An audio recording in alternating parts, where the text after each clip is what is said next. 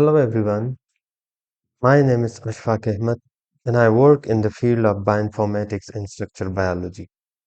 Today we will talk about or we will learn about phylogenetic analysis using Google Colab. So, what are our learning points or main points of this tutorial? We will learn four things. First, introduction to phylogenetic tree. It will be a brief introduction of a phylogenetic tree. I will not go or I will not dive deeply into the phylogenetic analysis. Then we will learn how we can construct a phylogenetic tree for our own sequence. And finally, we will apply some bootstrapping and then we will learn that is our generated tree is good enough to be presented in some conference or in a research paper. So we will test the accuracy of the phylogenetic tree. So it's a completely kind of functional tutorial or practical tutorial of the phylogenetic analysis. So let's start.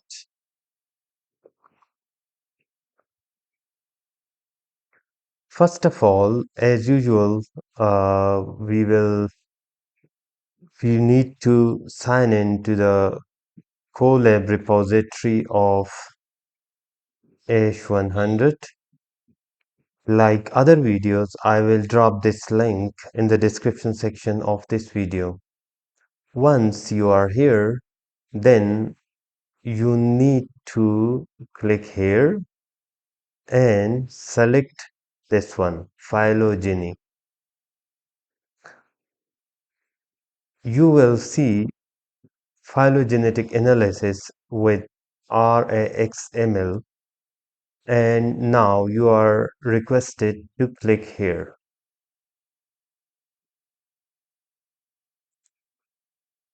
Okay, now you are here, so you need to click here. It will connect this notebook to the internet.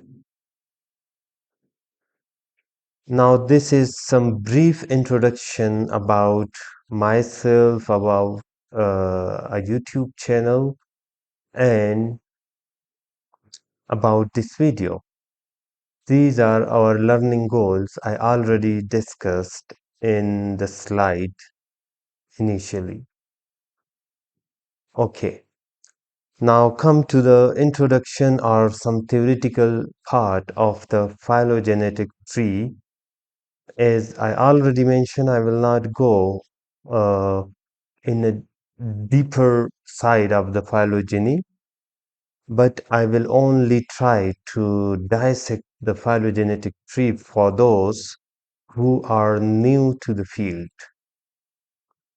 Okay, once you are performing a phylogenetic analysis, so what is your main goal? Your main goal normally is to find out the relationship between different proteins, different genes, etc., etc. But in terms of phylogenetic analysis, we call it taxa. Taxa is a plural and the singular is taxon. So, for example, if you have 100 proteins or 100 genes in your phylogenetic analysis, it means you are dealing with 100 taxa. Okay, so this is a typical figure or a typical diagram of a phylogenetic tree. You can see taxon A, taxon B up to taxon G. So this is just a schematic representation. Your protein or your gene will be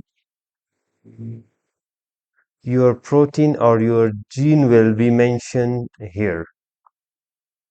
The last taxon will be called a basal taxon.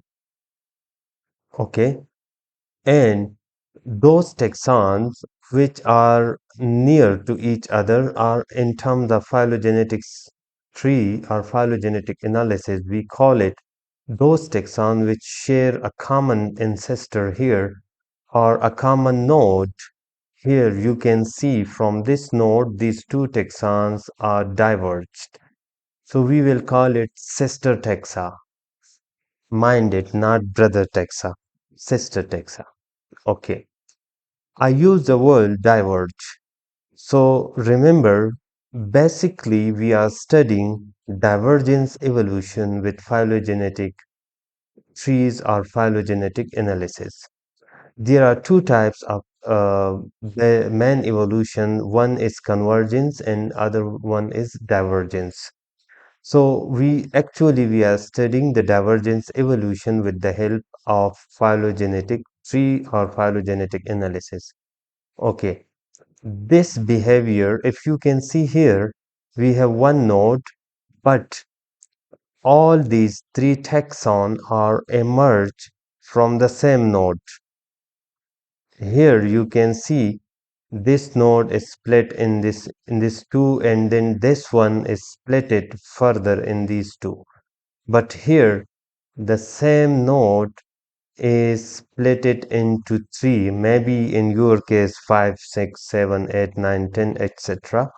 So to this kind of behavior, if it is present in your tree, we will call it polytomy, or we also call it an unresolved pattern of divergence, because at this point the program is unable, or we scientifically we call it the model you are using in phylogenetic analysis, that is unable, in one term it is unable to clearly differentiate between the divergence of these three, or in your case maybe more. So if this behavior of this kind of pattern is observed in your tree, you will call it holotomy. Okay. This branch, or sorry, this node or this position you can see. So this is actually the ancestor of from A to G in my case. In your case, it is the ancestor of those taxon present in this tree. This will be the ancestral node, and therefore it is called ancestral lineage. Okay. Or if you see this node, so it is actually branch point between this clade and between this clade. We call it clade. What actually is clade? There is no proper definition or explanation of clade, but simply how you will see, how you will define clade. So a group of certain sequences, or I would say a cluster of certain sequences which emerge separately from another cluster of certain sequences. So we can call them both clade 1 or clade 2. You can say like this.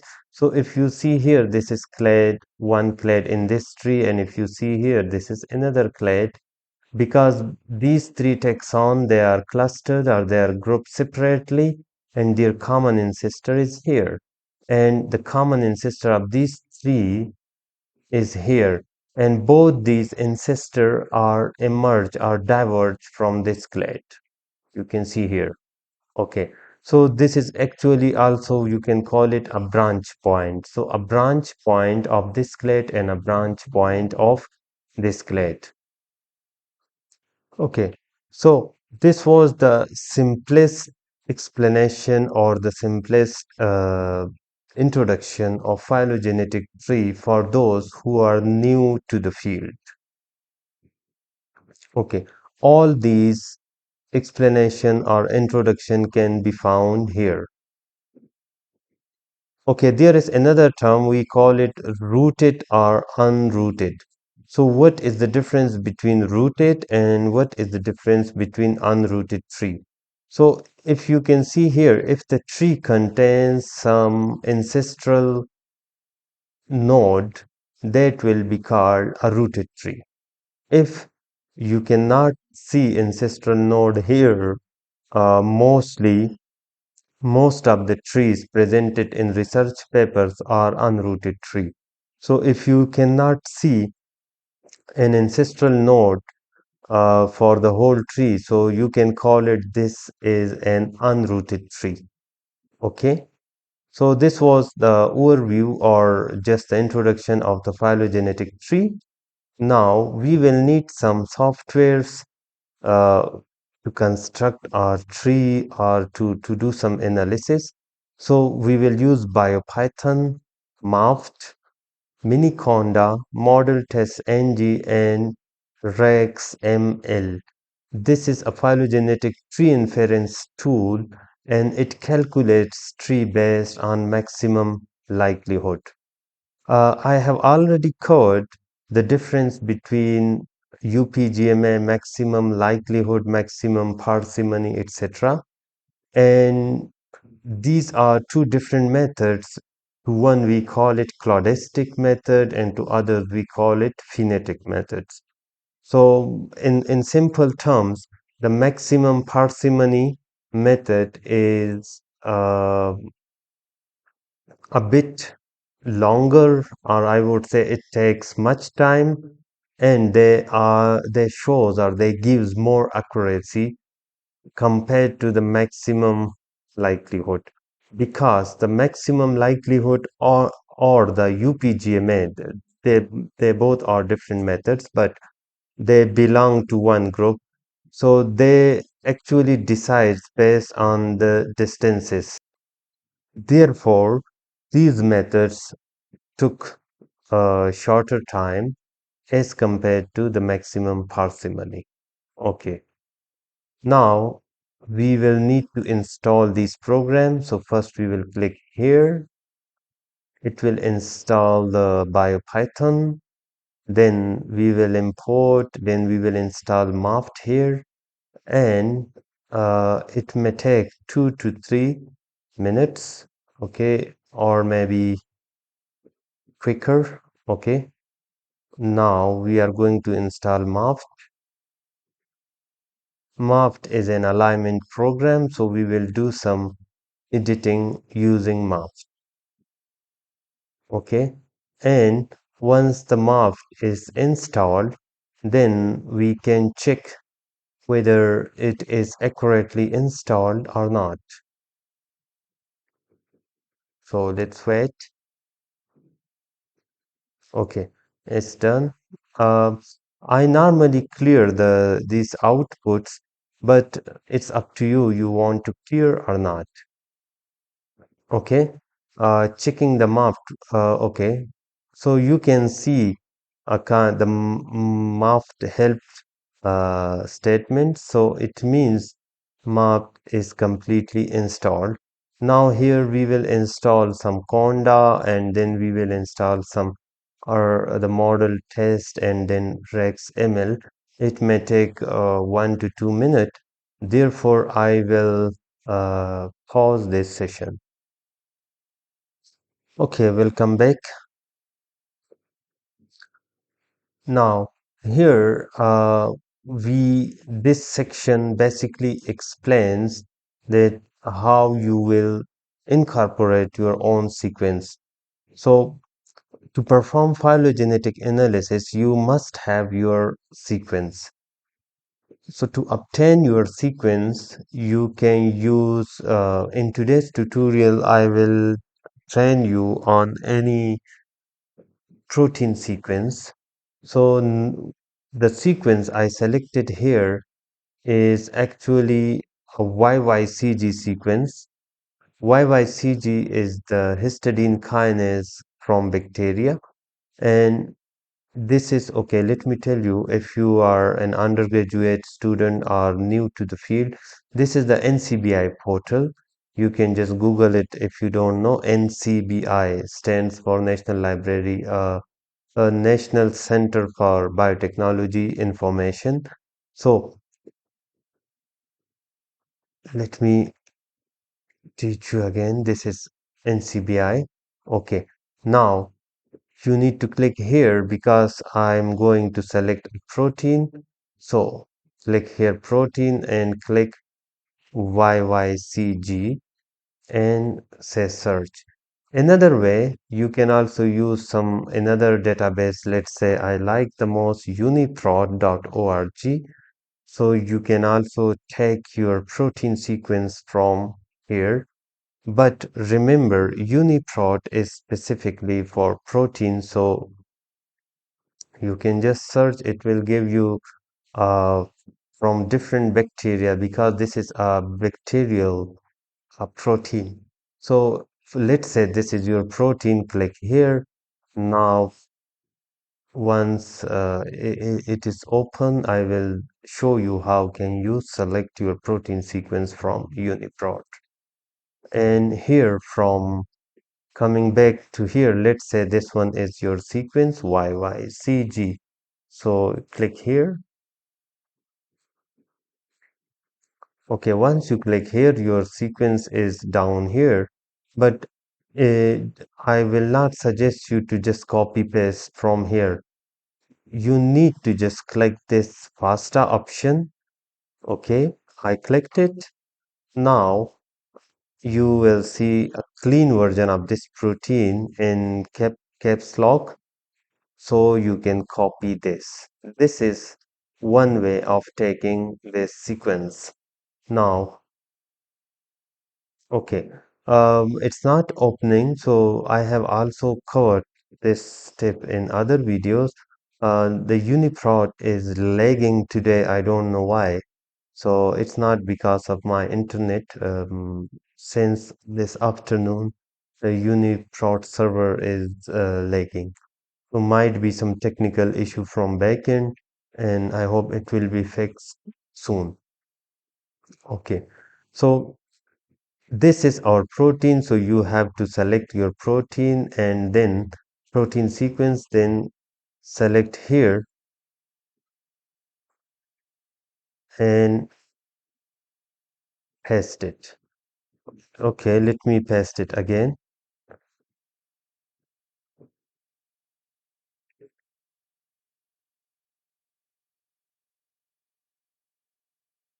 Copy and here paste. Okay. If you paste this way, it will generate an error. See,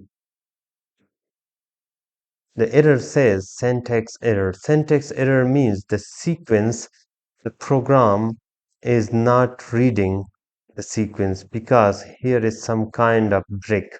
You can see this color is a kind of, I would say red color, but this part of the sequence is not in red. It means the syntax is wrong. So how you will fix it? You just click here and press the delete button once. So you can see this part has been fixed. Now click here, but remember, don't hit two times the delete button because it would also delete this V if you press two times. So just remember K. Now V should come here. So click here, delete once, V. You can see V. Now the same way we will treat our sequence this way to make it readable for the this script.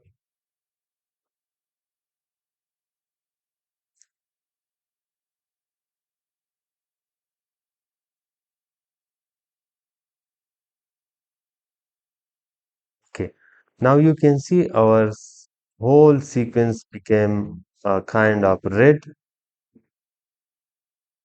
and now it will be readable. Okay, now there is no error. Now this will print the sequence length of your sequence. So we have 505 amino acid. In your case, it will be different. Now, what we do, we will try to blast this sequence using the blast server. So I have already opened the blast server, but if you are new, so once again, let me tell you, once you come to the NCBI portal, you can click here, blast, and then the blast will give you options that like you are you are dealing with nucleotide sequence or a protein sequence. Just skip these two because they are uh, translated versions of the blast.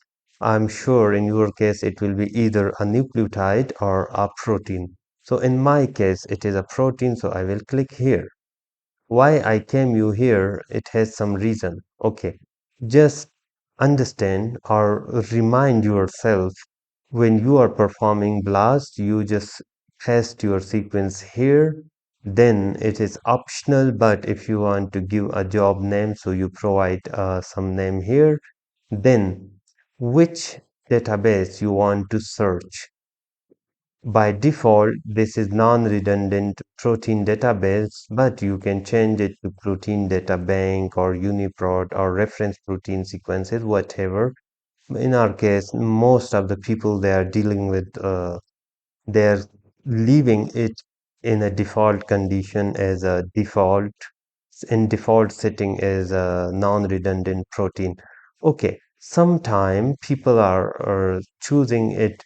Let's say you are in your sequences from human and you are only interested in other human homologs or only some specific organism, so you can click it here.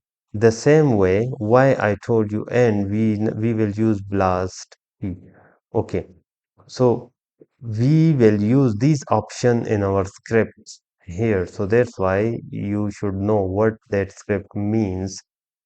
Okay, now, so here you can see, you can read this script. We are asking BioPython to import or to use NCBI BLAST for this sequence we provided here.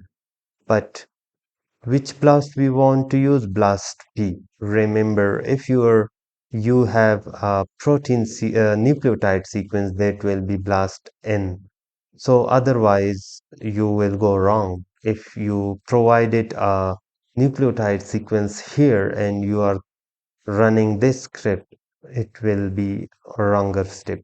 Okay, what is this NR? The NR means the non-redundant database. You can see here this NR. Now, and what is my sequence, my underscore sequence? It is actually this thing we created here because the program knows the my underscore sequence. This term means this whole sequence. The value of this term is the whole sequence. So we will click it here and it will perform blast search. It will take 2 to 3 minutes or maybe more based on your proteins or nucleotide sequence, based on your internet. There's some other settings. So I will go on pause once again. Okay, welcome back. Blast is still running, but I just want to tell you, it's a kind of disclaimer. This notebook is basically, I would suggest only the advanced people should use it. If you are new to the field, or if you are new to the learning era of phylogenetic analysis, so I would suggest on this the same channel, I would suggest these three videos: Phylogenetics Basics Part 1, Understanding Algorithm Use in Phylogenetics Tree Construction Part 2, and then this one is the practical video how you can construct a phylogenetic tree using some bioedit or mega software. So for your understanding, I would suggest you go with this way to construct your tree, because if you are new to the field and directly you are employing Google Colab, I'm afraid you may make some blunder or you may make some mistakes. I will also drop the links of these three videos um, somewhere here. You will see it when so you can directly click from here and go there. But once again, if you are an advanced user and if you know how to use Google Colab, if you are watching my other videos, then you can use this one. Okay. Now blast is completed. Okay, now here we want to see our results, some in XML format. So now you can see this is the list of those sequences. We call it hits. So actually this is the hit ID of all those sequences. Now what we will retrieve here? Okay, we retrieve those blast things like with this sequence almost the same length. This is the e value, this is the sequence identity between these two sequences, and the sequence coverage is 100%. Okay, now once again, remember, if you want to increase your results, possibly you are not satisfied with these sequences, you say it's too little or too minimum, then what you can tweak, I used here the PID cut 1%. You can reduce this PID cut from, let's say, 0.5. So as a result, you will have much more or many sequences. Okay, let it clear. Okay. Now, so irrespective of this result, like it has generated 100 sequences, 200 or 1000, irrespective of that, I wrote this code, or I placed this code just for you. You can see here this one for alignment in blast record alignments, and then 10. You can read it here. So here for this tutorial purpose, I will extract only top 10 sequences from this blast result. In your case, if you want to extract more, so you need to change this value. Let's say if this is 10, you can make it 20. Don't disturb some other things in the code. So, but right now I will extract top 10 because I want to quickly finish this tutorial. Not, and if I selected more sequences, it will take much more time. Okay. So program is fetching some sequences, and it will fetch, or it will extract, I would say, 10 sequences. You can see here 1, 2, 3, 4, 5, 6, 7, 8, 9, 10. So these 10 sequences were fetched from the source or from the blast results. Remember, the first one is our sequence 014335792. Okay, here if you want to save the FASTA format sequences of this file, you can run this and you will see a sequence.fasta here. But I'm not interested in saving, or maybe maybe you are also not interested, but if you are working for some thesis, so it's better to save this dataset here. Okay. Now we asked, like we are calling mapped to see our sequences and then to edit our sequences further. Now the line dataset is ready. You click here. So we are supposed to see our alignment. Now this is a figure view of the alignment dataset of those 10 sequences. You can count it 1, 2, 3, 3, 6, and 4. So, but there is one important thing for your understanding. If you see carefully this legend, it starts from 0 to 500 and some space.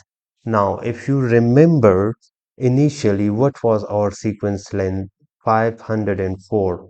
So actually this legend shows that 504, but if you see here, it starts from 0 to 100. So now if you want to read, or if you want to look the other part, then you can use the drag option. The drag option can be simply keep your mouse here and then press the left button of your mouse and drag this way. You can see now we came to 180. So now you can drag this way.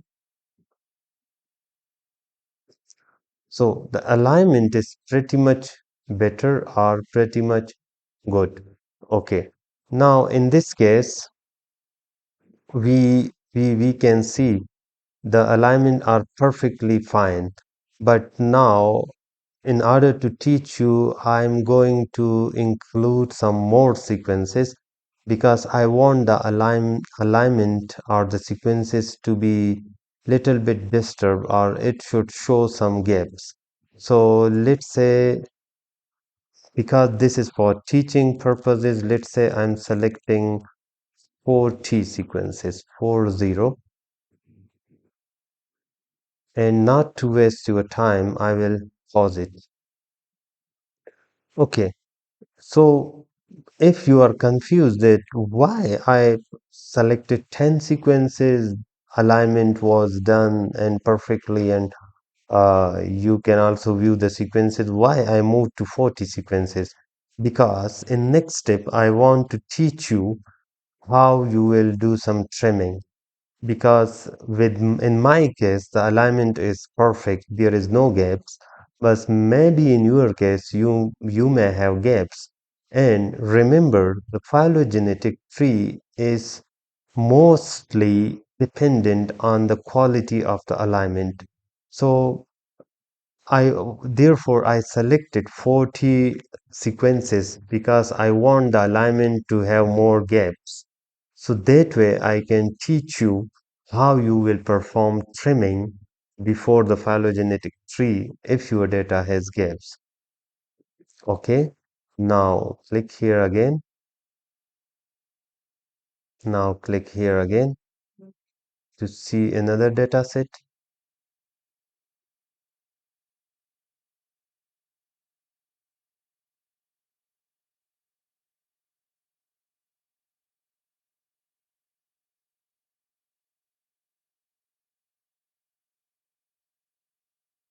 Oh my God, I don't know what I'm receiving some.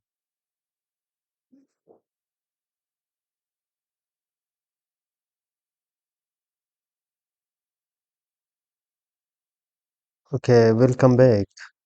How I have solved that problem. Actually, this is a kind of glitch you can say, or maybe some problem in my browser. So I want to tell you that if you have selected 10 here, then it must be 10. If you have selected 20, it must be 20. It means that for a changes in selection, you have to rerun the notebook. So simply just rerunning this code may not work, this above code. Because the reason is because on the first runs, it generates this file align.fasta. So when you rerun it with some different settings, this file is not getting changed here, or I would say it is not overwriting successfully, and as a result, it is unable to receive that extra call. Okay, now I have included, I have rerun it in the background. The system was paused. Okay, now we have 20 sequences you can see here. So now what I wanted to show you, if you come here, you will see some gapped region. Okay, see this? So apart from this sequence, apart from this sequence, the all other sequences are 501, 2, 3, 4, and 5. 505. But because of this sequence, that is this one, the alignment is extended to 6, 7, 8, 9, 10, 11, 12, and 5, 0, 513, 513. So This kind of behavior may comes in alignment in the middle of the alignment or at the end of the alignment or in the start of the alignment. That doesn't matter. But what if you go or if you proceed without treating this kind of regions, it will generate a faulty tree. Why? Because in these 20 sequence, only one sequence has this region, while the other 19 lacks this region. So it has no meaning to decide on a region where 19 sequence lacks and only one sequence has that region. So as a result, of course, if we proceed with this kind of alignment for the phylogenetic tree, we will have some result, but that result will not be that much satisfactory because the region which differentiates this sequence from other, the reason is that 19 sequences do not contain that region. So it's better to trim such kind of regions. So in the start, I have generated 10 sequences, but uh, I was unable to see this kind of thing. So actually, I wanted to show you how we will trim the data. So now here we will use Maft and we will use some trimming option. After clicking this, the Maft will recognize such region by itself, and you can see the whole alignment is shifted to 504. Now we will see it again that okay. mm, Here we perform some trimming, we will visualize later on. Now here we are searching for the redundant sequences. Redundant sequences mean duplicate sequences. So if you see this is a matrix, so if you see that the first the top is 0. It should be 0 because it corresponds to the same sequence or identical sequence. But you should not see anything 0 here. If you see 0, it means that is actually, if you see 0, that is actually a redundant sequence or a duplicate sequence. So I would suggest to remove that sequence. Okay.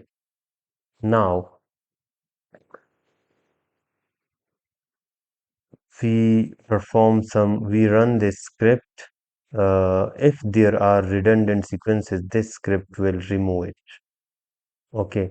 Now again we will visualize our MSA. Okay, this one.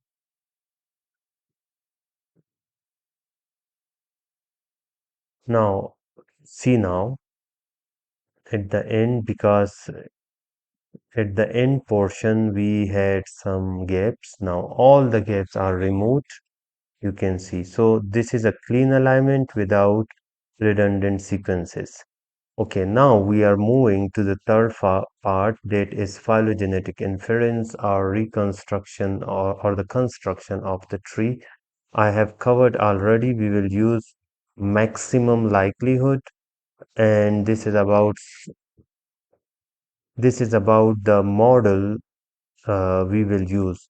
But I would suggest if you are generating a tree for some professional like PhD thesis or some research paper, then I would suggest to please read the documentation of RAXML. From there, you will understand which model, what are those models which are available for proteins and what are those models which are available for nucleotides. Then you can test all those models using this kind of notebook. I will tell you now where you will test. Okay. So first, we just quickly, because we are dealing amino acid, you can see. So this is I say I pass this call to the program like my sequence is amino acid. But if your sequence is a nucleotide, so you will use NN here. You can see here. So do not skip these things. I'm also aware that majority of the people they skip this video and they more focus on this kind of things. The problem is that you will run it each and everything without listening these videos, because in the video I explain each and everything, or I'm trying to explain each and everything. So if you run this script without changing the AA to NN, so it means you are telling the program that my data is amino acid, and maybe your data is not the amino acid, your data is protein. So in that case, of course, you are telling the program that I have a car, but in fact, you do not have a car, you have some truck. It's just like this. It's a blunder, it's not a mistake. So, if you do such kind of mistake, so don't blame me because I'm trying to explain each and everything. So, okay, this tips, we ask the program like use the clear, align, trim, FASTA, which we have generated here, and the data is about amino acid, and tell me about the performance of different models. So you can see it tells us like you can use the top model is HIV-B plus I plus F. This is the KINL score delta weight. So I'm not you can decide on the weight. I'm not going in detail of these models because it needs some separate sessions, but the higher or the top one is the better one simply. Now, okay, so later on when we apply or when we will make some uh, tree here, you can see. So now I will try to use some model. So once again, if you use this just by default and click it, of course you will have some result because I will just use it by default. I'm asking the program to use LG plus G4 model, but it's not the case. LG plus G4 model. So G4 model is here, LG will be also somewhere. I think that is not a good idea in your case. So the best model according to AIC in our case is this one. In your case, that will be different. So, finding out the best model for your sequences, then you have to tweak that here. Okay, let's say I'm tweaking the same thing here. I'm just copying and then paste it here. Let's say Control V. Okay, so once again, you should know which one is your best model from the above script. Okay, and also calculating best model, you should tell the program your data is NNR AA, amino acid or nucleotide. Okay, so click here. Now it will take some time, up to according to the data you have. Okay, with me it took 20, 12 seconds. Okay, that's good. Now we just want to see a sketch of the tree.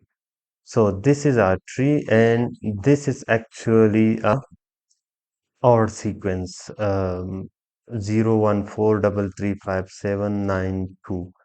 And I told you in the start that this is our sequence. Okay. Yes, I think this one. Okay, but that's not a big deal. You can find out. This is the branch length. Remember, the branch length explains the mm, rate of divergence or the rate of evolution. So the longer branch length means higher divergence or higher evolution. Okay, now if you see, you cannot see any specific ancestor, or either this one could be ancestor or this one or this one or this one or this one. So let's leave this question right now. Now let's suppose we have this tree. Now we want to test the reliability of the tree, that how much this tree is reliable, which we have constructed right now. So for the reliability, we will choose some bootstrapping. Okay. So what are bootstrapping? Bootstrapping actually means to quickly, I give you on the simplest way if I tell you what is bootstrapping. So for example, uh, I give you an example like this. Okay, if you have a jug, water jug, and I give you a glass, and the jug is placed on the table, which is located somewhat far away. And if I ask you, like, you have to take some water in the glass, and from here you have to throw it inside the jug. And if I tell you that you have to give 10 tries, you perform 10 tries, and then tell me that how many times most of the water were thrown in the jug. Because sometime maybe in the first time you try to throw water in the jug from a distance, so maybe you throw all the water on the floor. So for example, you try 10 times. Now in 10 times you put you successfully throw 8 times the water inside the jug.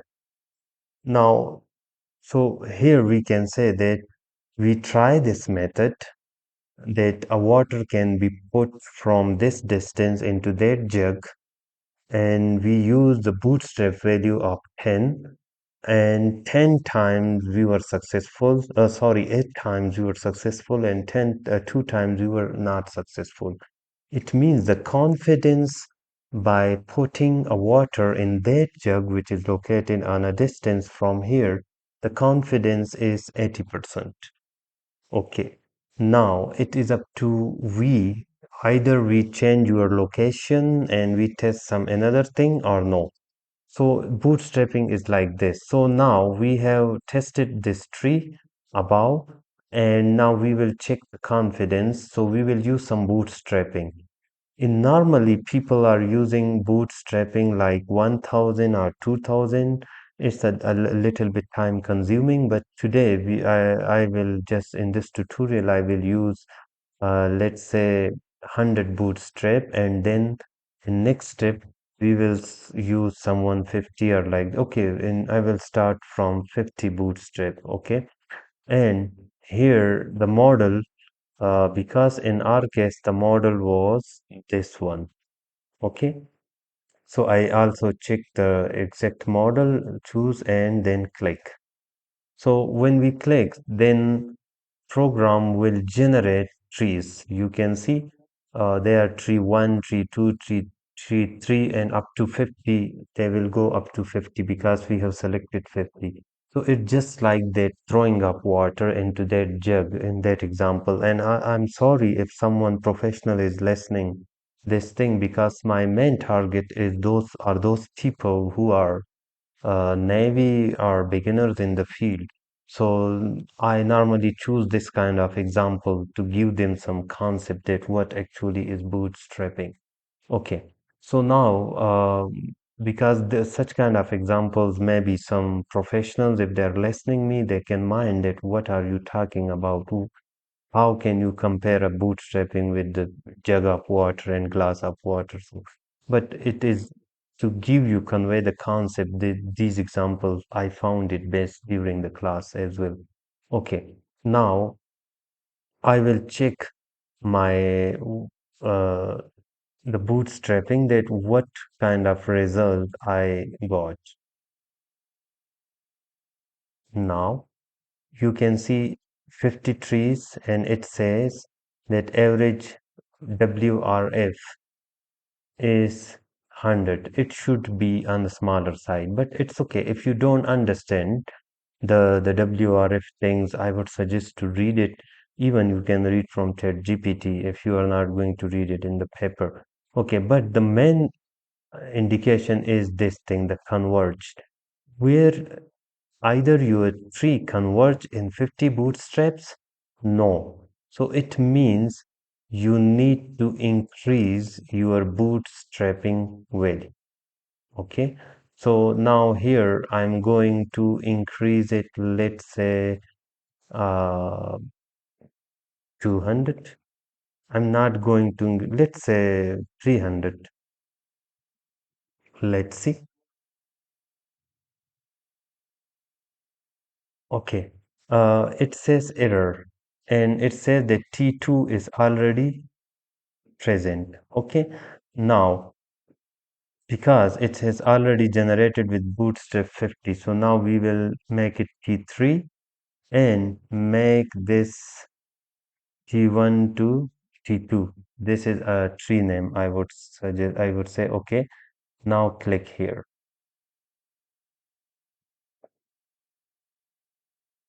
Okay, no, no, no, no. Don't change this. Just change this T3 because this is the parental tree which was generated above. So bootstrapping will be applied on this. So you will need to test the bootstrapping, different bootstrap. You will change this T3, T4, T5. It's okay. Okay. Now, one last thing I need to tell you that uh, question may comes in your mind, what will be the bootstrap of your tree? How many bootstraps you want to run? The answer is very simple. Nor I don't know, nor I can answer you. Even you don't know for your tree, not you can answer before checking. So you have to check different bootstrap values. I would suggest to start from 1000. It's okay, it will take some 10 to 15 minutes, but you have to start from 1000 then or at least 500, then you can decide that whether the bootstrapping is uh, enough or not. If you are seeing that the tree is converging with some bootstrap value, let's say 300, 500, so that's okay. That is the convergence point of your tree. Okay. Now, sometime and be sure that you have selected the right model. Also be sure that your alignment is okay. In most cases, students came to me and they asked me that we have tried up to 1500 times or 1500 bootstrapping values, but the tree is not converging.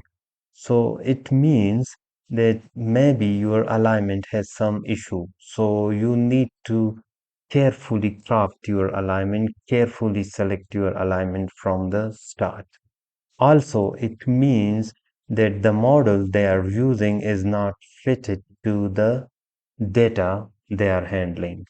So therefore, in this tutorial, I brought one extra step like how you will be able to test the model before constructing a tree, like which model is better for this kind of data.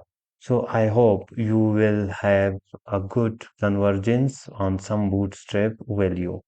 But still, if you fail to do so, then it means the set program, in our case RAXML, or the models present in this program are unable to handle your data.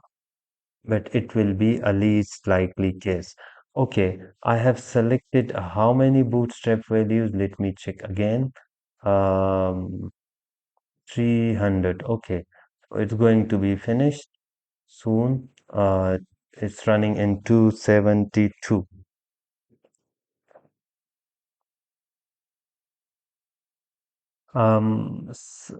Just an announcement. Sometime people are telling me that I speaks very slow. So the answer is it's my natural style. So please forgive me. I cannot be faster than this. Okay. Now, don't run it the same way. If you run it, it will free the bootstrapping of the same tree. Now here we test the T3 because we changed their T3, so it has generated a T3. Okay. Now you can see 50 bootstraps, not convergence, no 100, no 300. So until 300 bootstrap, this tree is not converged. So I'm not sure, it will take maybe 1000, maybe 2000, maybe more, or maybe this program is unable. Okay, or maybe the alignment has issue, or maybe I go back and test some another model. Okay, so these all are the things you can check with it. Okay, now here you can run this. Okay, okay, this is actually the bootstrapping thing we run above. So just here with T3 Rex ML bootstrap, and then T3 Rex ML bootstrap, T3 Rex ML bootstrap prefix 3, and it's a Rex ML best tree. Okay, so you can see here the program has generated so many files. So this is the file for your best model we already generated, and this is our best tree, T1 Rex ML best tree. So if why this error? Because the best tree file is with this name,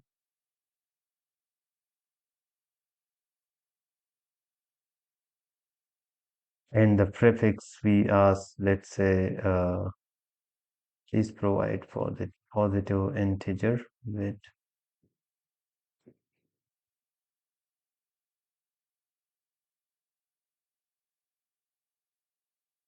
RxML and best model bootstrap with, this is the best tree and this is the two. Okay, because it was the, in fact it is the three best model with the T3 with 300 bootstrap, and this is the best tree which is here, the first tree with that was generated. Okay, again error, no version information available tree. Oh my god, it's actually already exist with the previous one, so it doesn't matter as long as you understand. Okay, then that will be T1 or T2. Okay, so this is our bootstrap, well, the tree. Now you can see your tree with the bootstrap values. You can see here. So what does it mean, these values? These are the bootstrapping confidence. Technically, the confidence above 70 is the better one. So in this tree, I would say this branch or this clade or this group is 76, this one is 96, this one is 74, and all others are not well crafted or not well uh, handled. Okay. Now you can download these files, specifically the best tree files, and from here download, and you can use it in on this server iTool and generate beautiful figures. I have already covered these things, so you can it's easy, you will understand. Just upload this file there and you can see this kind of tree there. Now finally we are moving towards the selection of ancestry. Like we want to select an ancestor. So let's see. Okay.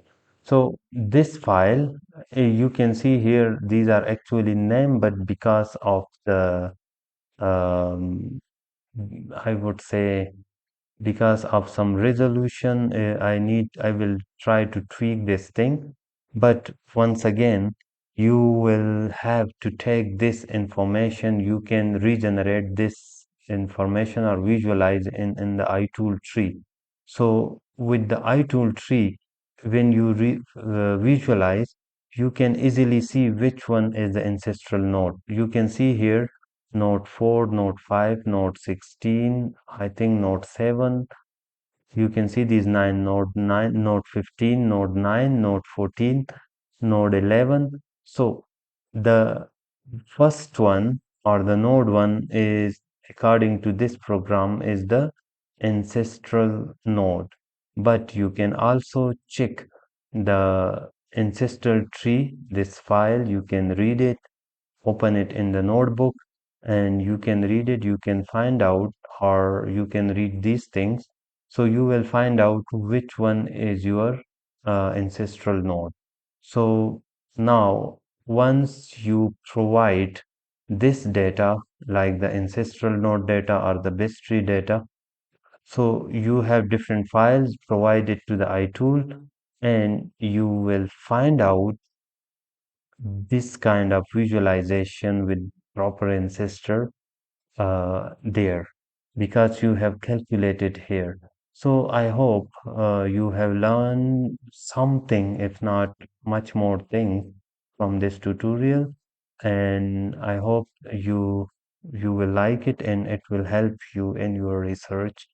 If you have any question, please drop your question in comments. If I have already answered that question in this video, I will not answer again, because I also want you to watch the video, and if your question is something extra, I will answer it. So thank you so much and enjoy your weekend. Bye bye.